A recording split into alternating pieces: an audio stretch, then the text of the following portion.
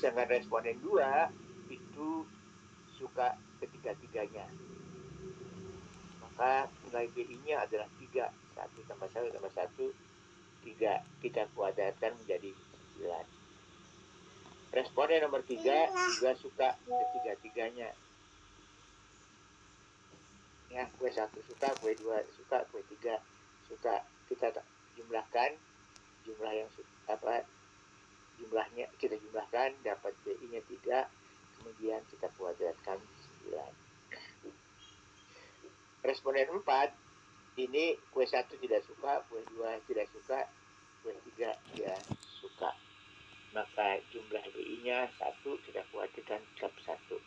Demikian seterusnya. Kemudian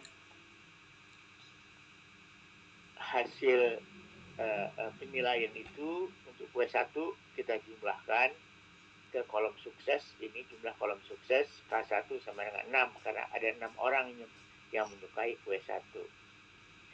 Sedangkan Q2 yang menyukai Q2 itu kita lihat ada hanya 5 orang. Sedangkan Q3 yang suka pada Q3 itu 9 orang, kita jumlahkan dan tidak suka 1. Kemudian nilai B ini kita jumlahkan, makanya nilainya dari jumlah BI itu 20. Kemudian jumlah nilai BI, jumlah kuadrat dari BI itu kita jumlahkan, atau nilai BI kuadrat kita jumlahkan, totalnya 46. Kemudian kita gunakan rumus Kohran, ya, Q itu K kurang 1, ya, jumlah kolom kurang 1 dikali kolom dikali jumlah K kuadrat dikurangi jumlah kuadrat KJ-nya. Oke. Dibagi dengan jumlah kolom dikali dengan jumlah DI dikurangi jumlah D kuadrat. Kita gunakan derajat kebebasan K kurang 1. Nah, kemudian itu saudara baca di di buku. Ya, saya langsung saja pindah ke bagaimana kalau kita kerjakan dengan SPSS.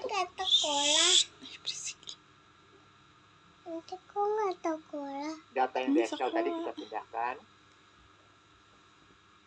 ke SPSS, ya, hasilnya seperti ini. Kemudian kita lihat Q1 itu kita beri value 0 tidak suka, 1 tidak suka. Demikian juga Q2 0 tidak suka, 1 suka, dan seterusnya.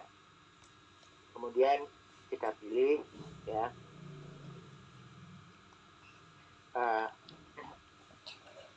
analyze, kemudian non parametric, kemudian legacy dialog, baru kita pilih Kohran, ya, seperti yang ada di buku itu, ya.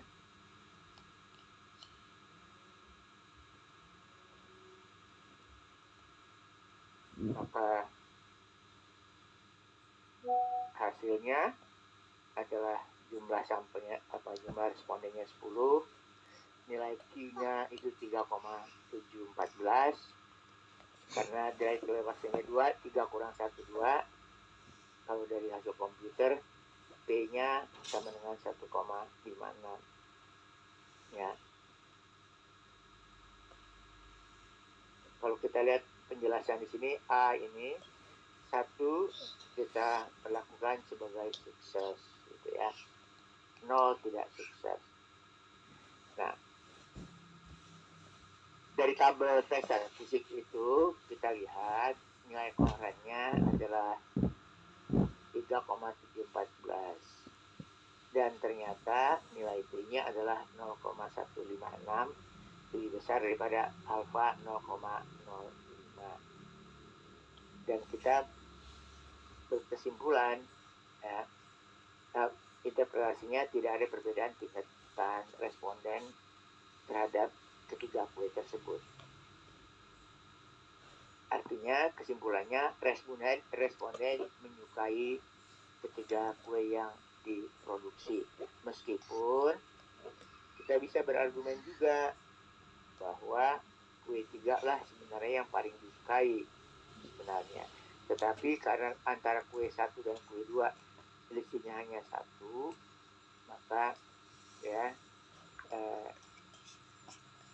itulah yang menyebabkan tidak bermaknanya. Tapi kita bisa berargumen juga bahwa kalau mau diproduksi, kalau mau jualan ya kue 3 gitu.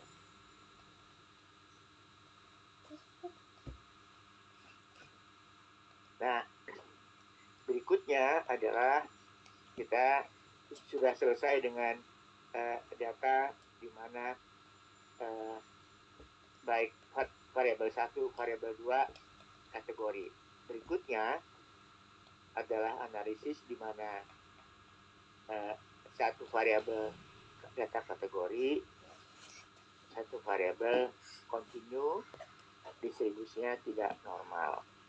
Ada 2 ujinya, yaitu uji Wilcoxon match pair dan uji McNeil-U. Uji Wilcoxon match pair digunakan untuk mengukur perbedaan dependent variable sebelum dan sesudah perlakuan atau kegiatan. Berarti ini orang yang sama diukur 2 kali atau barang yang sama diukur 2 kali. Sedangkan McNeil-U dipakai untuk mengukur perbedaan dependent variable menurut 2 kelompok berbeda dari variabel yang sama. Misalnya kita ingin menilai tinggi badan anak SD kelas laki-laki dan anak SD laki-laki, anak SD kelas 5 laki-laki, anak SD kelas 5 perempuan misalnya. Itu 2 kelompok yang berbeda. Nah, kita mulai dengan Wilcoxon. Andaikan kita memiliki data denyut nadi anggota kelompok senam lansia di salah satu posyandu di kota A. Ya. Yang diukur sebelum dan sesudah melakukan senam. Dari hasil pengamatan ternyata hanya ada 11 pria lansia yang mengikuti seluruh rangkaian senam pagi. Artinya dia komplit menyelesaikan tahapan-tahapan senam pagi itu. Hasilnya adalah ada responden, ada 11 orang, denyut nadinya per menit itu sebelum senam 86, 88, 85 dan seterusnya. Sesudah 6 naik jadi 124, 126, 124, 126 dan seterusnya. Jadi hipotesisnya, apakah ada perbedaan denyut nadi sebelum dan sesudah senam? Kita gunakan rumus Wilcoxon match pair test, ya, yaitu nilai Z sama dengan T dikurangi N kali N kurang 1 dibagi 4 dibagi dengan akar N kali N minus 1 kali 2N minus 1 bagi 24. Jadi mana T ini adalah jumlah ranking terkecil dari selisih antara kedua kelompok menurut tanda negatif atau positif. Nah, kita punya data seperti ini, ya. Respondennya ada 11 tadi, sebelum senam, sesudah senam. Maka kita hitung selisihnya sebelum dan sesudah. Ternyata ada minus 38, minus 38, minus 39, minus 37, dan seterusnya. Nah, di dalam uji Wilcoxon, kita harus melakukan penjenjangan atau ranking. Rankingnya adalah dari nilai terkecil ke terbesar. Oke. Nah, data kita lihat selisihnya yang terkecil adalah minus 30, kita beli ranking 1. Berikutnya adalah 31, kita beli ranking 2. Oke. Yang berikutnya 37 kita beri ranking 3. Kemudian ada 3 yang nilainya selisihnya 38. 1, 2, 3. Maka kita harus memperlakukan memberikan nilai ranking yang sama. Tadi 3 udah dipakai, maka ranking berikutnya adalah 4, 5, 6. 4, 5, 6. Kalau kita jumlahkan, kita bagi 3, maka nilainya dapat 5. Karena itu mereka yang selisih yang 38 kita beli ranking 5, ranking 5, ranking 5. Oke. Kemudian selisih berikutnya 39. Ada 2 ya. Ada 2 ya. Yaitu rankingnya adalah 78 bagi 2, 7,5, 7,5. Berikutnya adalah ranking nilai 40 ada 2, yaitu 9 dan 10, maka kita beli ranking 9,5, 9,5. Dan yang berikutnya 42 kita beri ranking 11. Ya, kita lihat semua taruh negatif ya, semuanya negatif. Kita pindahkan ranking ini menjadi kolom negatif dan kolom positifnya 0. Karena kolom positifnya 0 adalah, maka kita gunakan sebagai nilai T karena dia lebih kecil daripada 55.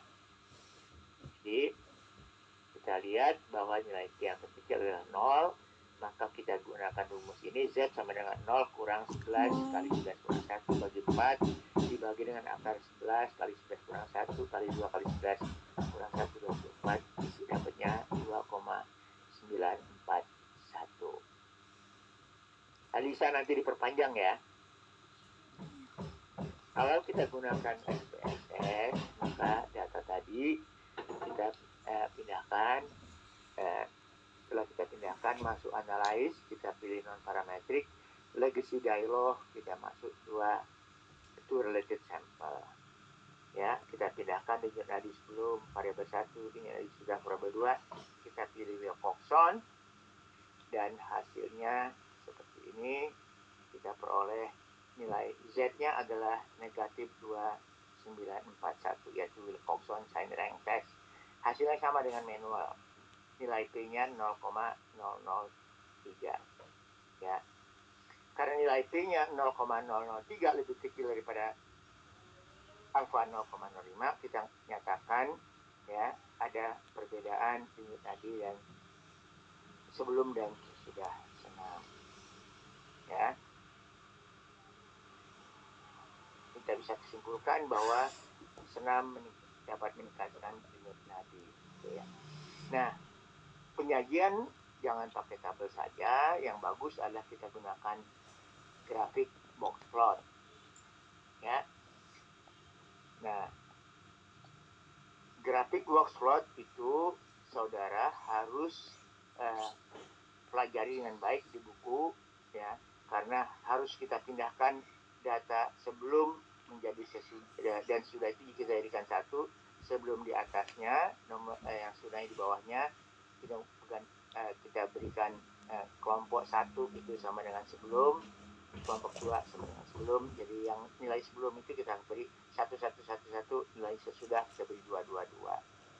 Ya, ini penyajiannya nanti seperti ini ya, dimana kita pindahkan di kolom dalam kotak variabel, kelompoknya kita masukkan kategori eksis dan klik OK seperti ini.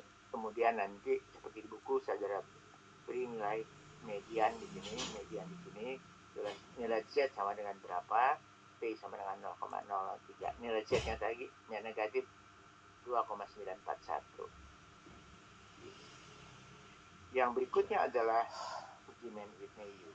Uji ini digunakan untuk mempelajari perbedaan nilai-nilai variabel kontinu menurut 2 grup yang tidak sama. Nah, tadi kalau Wilcoxon itu jumlah N-nya sebelum dan sesudah harus sama. Sedangkan Mann-Whitney bisa sama, bisa tidak. Ya. Kita gunakan rumusnya N1 sama N1 sampai N2 dan seterusnya. Saudara lihat di buku. Nah, kita ingin mengetahui perbedaan tinggi badan anak perempuan dan anak laki-laki di sekolah dasar kelas 5 SD. Ya. Kemudian kita lihat di sini anak laki-lakinya 6 orang, anak perempuannya 8 orang. Jadi pada menggunakan Whitney bisa N-nya berbeda. Nah, dalam Whitney semua nilai tinggi badan anak laki anak perempuan dijadikan satu, kita beli ranking. Kita lihat misalnya ada dua nilai 129, 129, maka 1 tambah 2 bagi 2 nilainya rankingnya 1,5 dan 1,5. Nilai berikutnya 130, ada 1, ada 2, 130. Jadi 34 bagi 2, 3,5, 3,5, 31, 35, dan seterusnya kita ranking, gitu ya. Kita masukkan dalam rumus, ya, 6 kali 8 dan seterusnya, rankingnya tadi 60, dan dapatnya 9, U2 dapatnya 39. Nah, kita gunakan nilai U yang terkecil, yaitu U1, 9.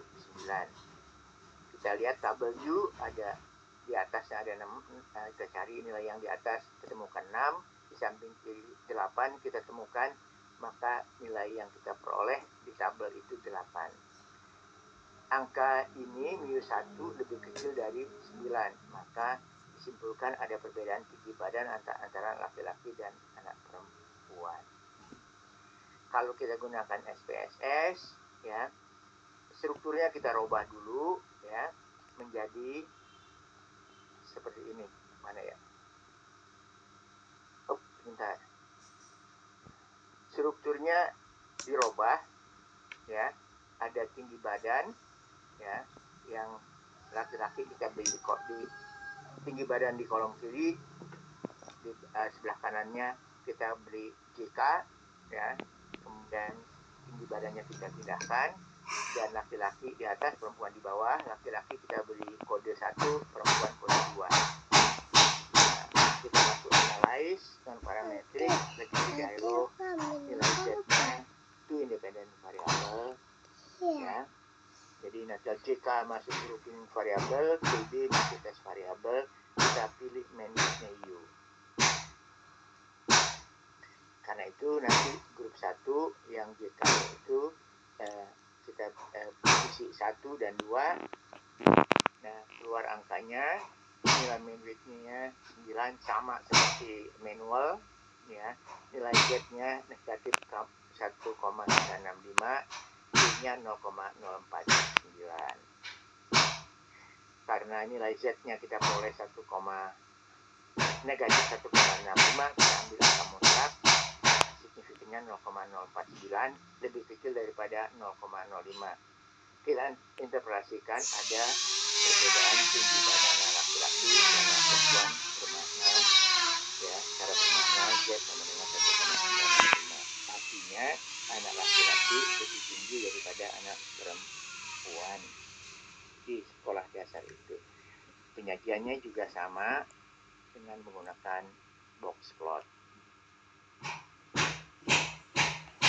Barangkali itu materi yang saya bisa sampaikan. Kalau ada pertanyaan silahkan, ya.